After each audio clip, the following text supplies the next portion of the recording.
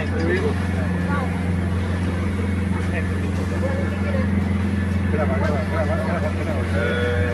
guy being bored. What? Young guy being bored. Yang kawat? Yeah, then what you see? Yang kawat sebenarnya?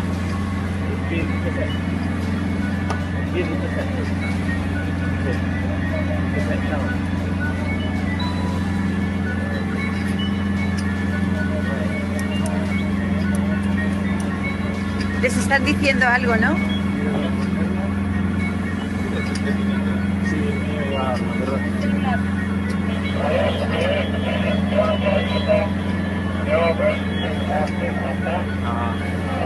Necesito un poco de ayuda poniéndome el chaleco.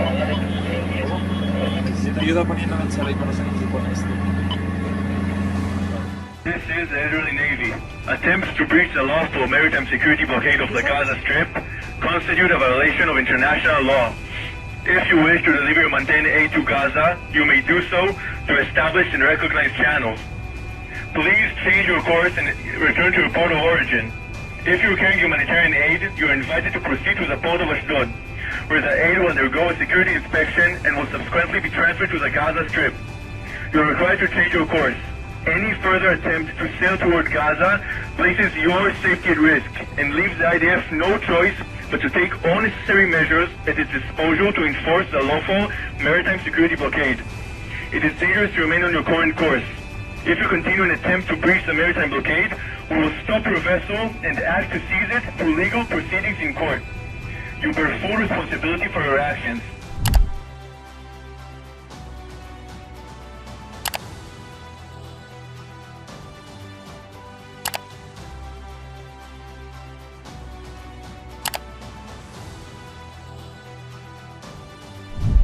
Kalau kita bicarakan negara Israel memang gak ada habis-habisnya.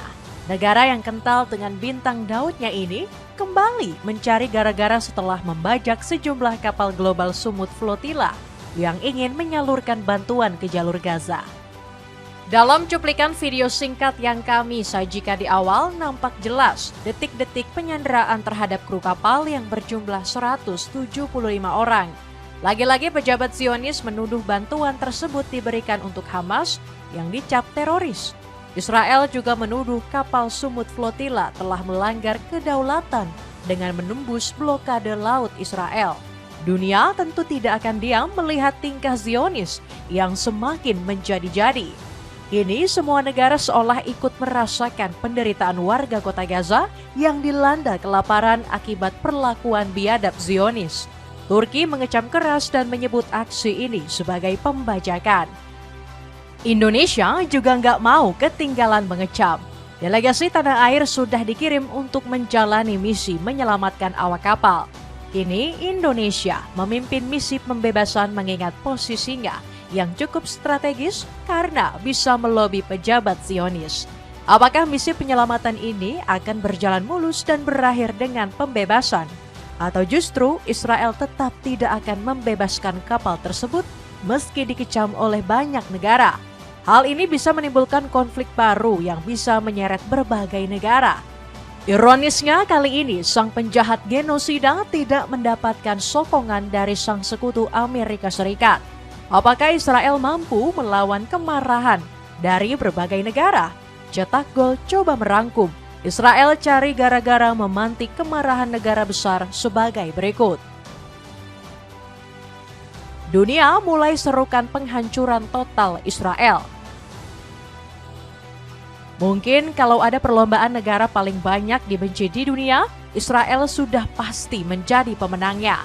Tindakan keji Zionis kembali memompa amarah dari seluruh penghuni bumi. Kita semua tahu bahwa Israel sering membuat huru-hara di Timur Tengah. Hingga detik ini, militer Zionis terus saja menggempur Lebanon meskipun gencatan senjata masih berlangsung. Yang terbaru IDF menyerang kota Jibchit, Provinsi Nabatiyah, Lebanon Selatan. Serangan udara dari militer Israel telah menghancurkan sejumlah bangunan dan menewaskan 5 orang. Belum sempat menyeka luka, penduduk Lebanon Selatan kembali mengalami penderitaan. Zionis melakukan serangan yang jauh lebih besar. setelah Presiden Joseph Aoun mengeluarkan kecaman. Akibat kejadian ini, 9 orang warga Lebanon dilaporkan meninggal dunia termasuk 2 diantaranya anak-anak. Masalah Lebanon saja belum selesai. Israel kembali membuat huru-hara di jalur Gaza. IDF dilaporkan membajak kapal global Sumut Flotilla 2026 yang berlayar di Laut Mediterania. Menurut laporan, 11 dari 56 kapal yang berlayar telah mengalami hilang kontak. Usut punya usut, kapal tersebut dicegat oleh armada militer Zionis yang meminta untuk mengubah jalur pelayaran. Bukannya diarahkan dengan benar, IDF justru menjebak kapal global Sumut Flotilla. Mereka malah mengarahkan kapal tersebut ke pelabuhan Ashdod di selatan kota Tel Aviv. Setelah tiba di pelabuhan, para awak kapal mengaku mendapat penyiksaan keji. Mereka tidak diperbolehkan makan dan dibiarkan kelaparan setelah berhari-hari berlayar. Gus Sabar, seorang juru bicara armada global Sumut, mengatakan IDF telah melakukan tindak pelanggaran. Dia menggambarkan pembajakan kapal sebagai serangan yang ilegal. Gus Sabar menilai kapal global Sumut tidak melanggar kedaulatan karena berlayar di perairan internasional. Ini ilegal menurut hukum internasional. Israel tidak memiliki yurisdiksi di perairan ini. Pengambil alihan kapal-kapal ini sama dengan penahanan ilegal berpotensi penculikan di laut lepas, kata Sabar. Kalau kami merangkum sumber dari beberapa media, penangkapan kapal global Sumut ada kaitannya dengan perang. IDF mengklaim kapal tersebut membawa logistik bantuan untuk Hamas. Benjamin Netanyahu memerangi kelompok pejuang Palestina ini karena dicap sebagai teroris. Apakah benar klaim dari IDF yang menyebut kapal global Sumut membawa bantuan untuk Hamas? Mari kita bedah satu persatu fakta-fakta yang terjadi di lapangan. Armada global Sumut sudah membantah keras klaim dari IDF yang menyebut kapal mereka membawa bantuan untuk Hamas. Itu adalah kebohongan yang menyesatkan, dapat dibuktikan secara fakta. Penolakan Israel tak lebih dari bagian dalam catatan panjang kebohongan yang dibuatnya, kata salah satu awak kapal. Pihak Global Sumut mengatakan bantuan ini dikirim untuk rakyat Palestina yang sedang berjuang. Di antara awak kapal yang disandera Zionis, terdapat 18 warga negara Turki. Gak mengherankan jika pemerintah Turki mengecam keras penangkapan kapal bantuan Gaza. Mereka menyebut aksi ini merupakan pembajakan secara terang-terangan.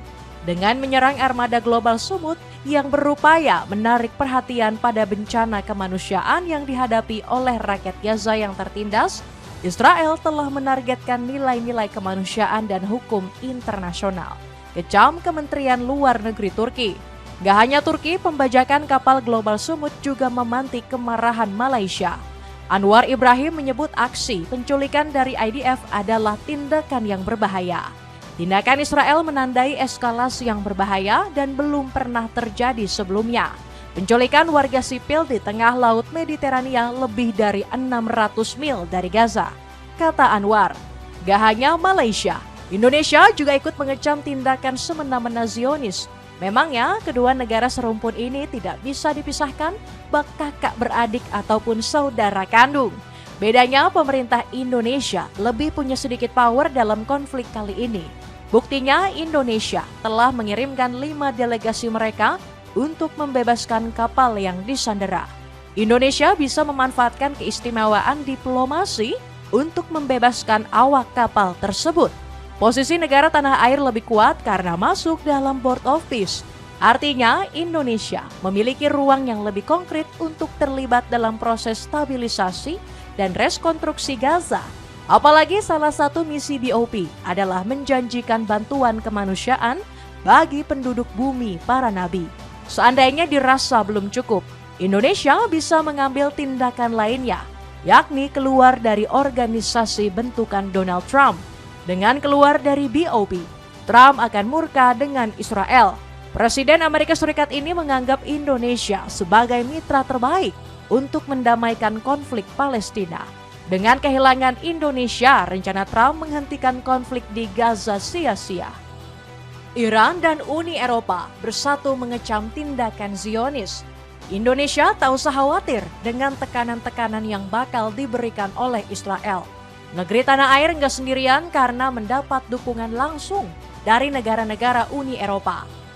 Eva Herncirova memperingatkan keras Zionis agar tidak macam-macam dengan pengiriman bantuan Gaza. Dia mendesak agar Israel bisa kembali membebaskan kapal yang telah disandera.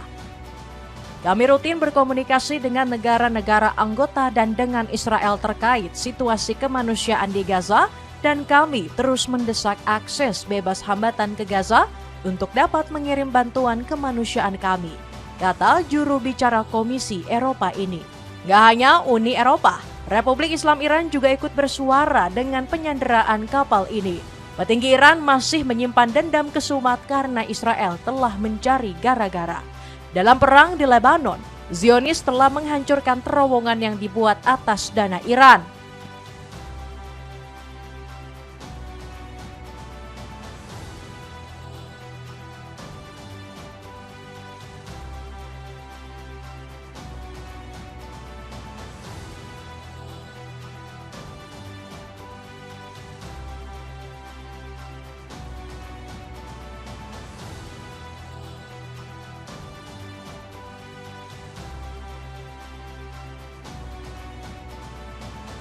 Menurut kabar, terowongan ini dibangun dengan menelan biaya 10 juta dolar atau setara 150 miliar rupiah. Korps Garda Revolusi Islam Iran menganggap peperangan dengan Israel belum berakhir. Muhammad Akraminia mengatakan militer Iran masih terus bersiaga penuh di tengah kondisi yang belum pasti. Kami tidak menganggap perang telah berakhir dan basis data target serta peralatan pasukan telah diperbarui. Saya jamin kepada Anda bahwa jika musuh kembali melakukan agresi lain, itu akan dihadapi dengan alat-alat baru dan metode baru di arena baru oleh Republik Islam Iran, tegas Akraminia. Apalagi Iran menunjukkan agresivitasnya di saat perundingan dengan Amerika belum menemui titik terang. Korps Garda Revolusi Islam Iran memamerkan drone Shahid 136 generasi terbaru.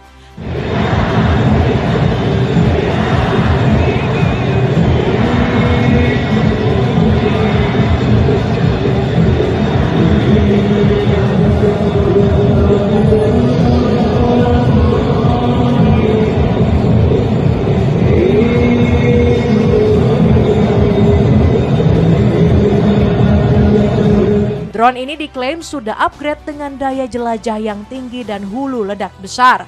IRGC memamerkannya ke ribuan penduduk Teheran dalam Hari Nasional Anti-Israel dan Amerika. Petinggi Republik Islam Iran menyatakan kesiapannya untuk kembali berperang. Ibrahim Zolfagori menyebut pasukan Garda Revolusi Islam Iran siap bertindak kapan saja. Pasukan kami yang kuat dan mumpuni telah lama berada dalam kondisi siaga penuh dan siap bertindak kapan saja, kata Zolfagori selaku juru bicara Khatam Al-Anbiya. Di balik penyanderaan kapal Gobel Sumut Flotilla, ternyata ada rencana terselubung Benjamin Netanyahu. Press TV mengabarkan ini sebagai pengalihan isu demi menghindari sidang kasus korupsinya. Terbukti bertepatan dengan pelaksanaan sidang kasusnya, sang Perdana Menteri langsung mengadakan pertemuan untuk memblokir bantuan ke jalur Gaza. Perdana Menteri Israel Benjamin Netanyahu mempersingkat sidang pengadilan yang diadakan untuk memeriksa tuduhan korupsi terhadapnya demi menghadiri pertemuan keamanan yang diduga dikhususkan untuk armada bantuan yang menuju jalur Gaza, tulis laporan Press TV. Presiden Israel Isaac Herzog tidak akan mengampuni kasus korupsi Netanyahu. Dia mengatakan hukum tetap harus ditegakkan tidak peduli jabatan setinggi apapun. Terlebih Yair Lapid dan Naftali Bennett telah membentuk koalisi untuk segera menggulingkan Netanyahu. Kedua tokoh oposisi ini berniat memperbaiki tatanan pemerintahan Israel yang hancur lebur. Bisa kita lihat dari survei yang menunjukkan 57% rakyat Israel tidak yakin dengan Netanyahu. Mereka menyebut negaranya belum meraih kemenangan apapun dalam 3 perang regional. Ini bisa dilihat dari tingkat kepercayaan rakyat Israel terhadap keberhasilan di tepi barat, Palestina yang hanya sebesar 11%, sementara di Lebanon hanya sebesar 14%. Di sisi lain, komunitas Yahudi Ortodoks juga tidak senang dengan kepemimpinan Netanyahu. Komunitas ini sendiri disebut-sebut sebagai umat Yahudi yang taat. Dalam pesannya, seorang pimpinan Yahudi Ortodoks meminta Donald Trump untuk menghancurkan Israel. Menurutnya, jika Israel hancur, maka ketenangan dunia bakal segera terrealisasi. Pesan saya kepada Presiden Donald Trump yang terhormat, jika ia benar-benar ingin membantu umat Yahudi, maka bantuannya adalah dengan menghancurkan Israel secara total. So basically, our message to the Americans, first of all, is to, since we are here in the U.S., we have to honor the officials. So I'll say that my message to Honorable President Trump is that he should recognize the big difference between real Jews and false Jews. And if he wants to help Jews, the help is to destroy Israel totally. That's the biggest help.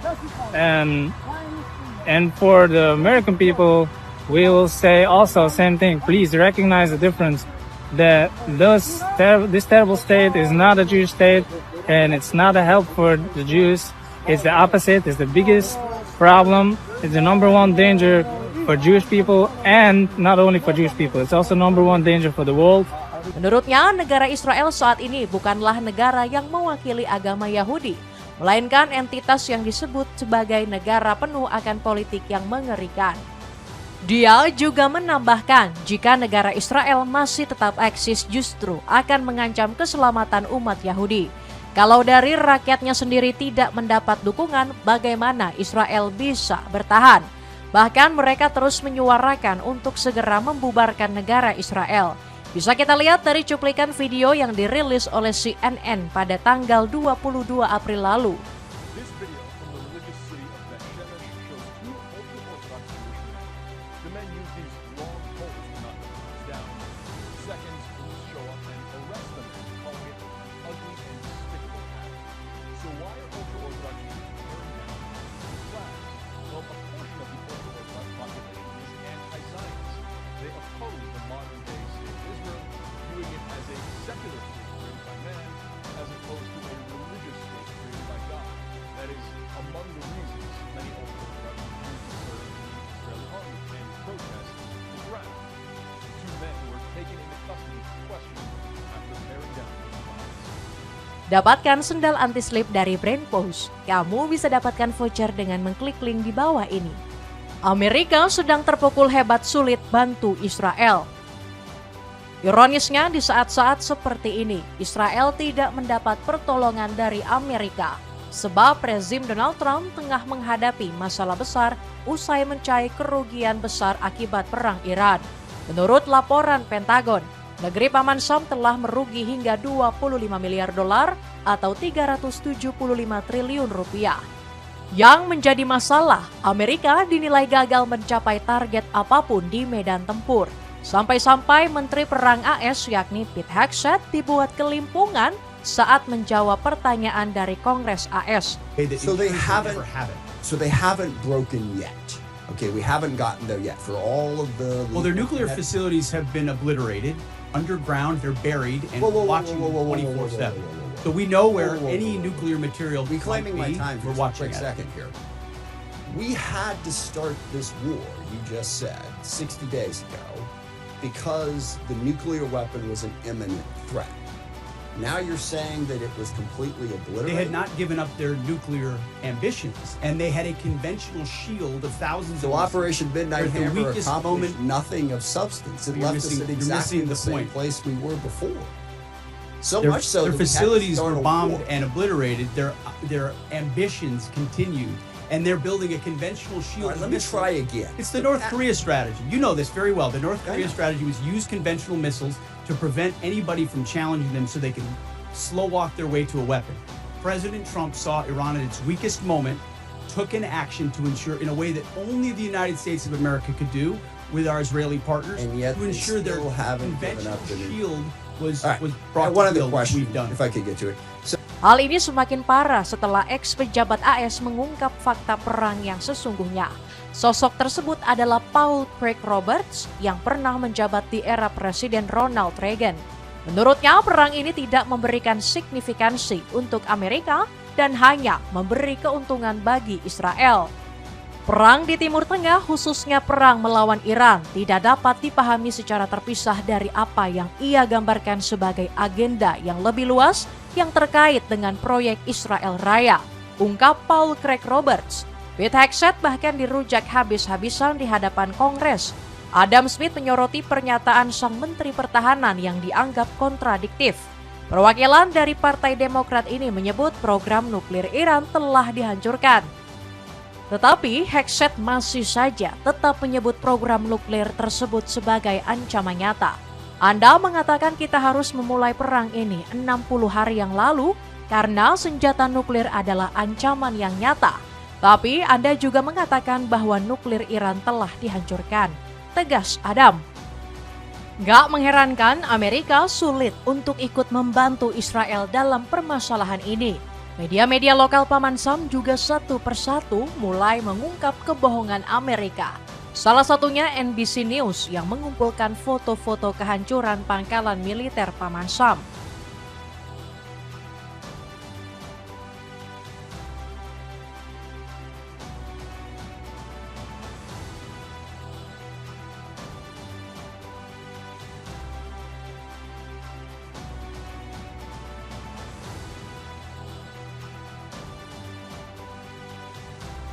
Mirisnya lagi, kehancuran pangkalan militer Paman Sam disebabkan karena jet tua Iran. Pangkalan di Kuwait hancur lebur di bom jet berjenis F-5 yang sudah berusia lebih dari 30 tahun. Buat kamu yang ingin tampil kece, bisa membeli jubah pria dewasa premium dari Ahsan. Cek linknya di bawah ini. Itulah ulasan Israel cari gara-gara memantik kemarahan negara besar.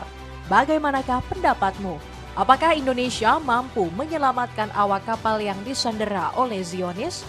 Coba tulis pendapatmu di kolom komentar di bawah ini.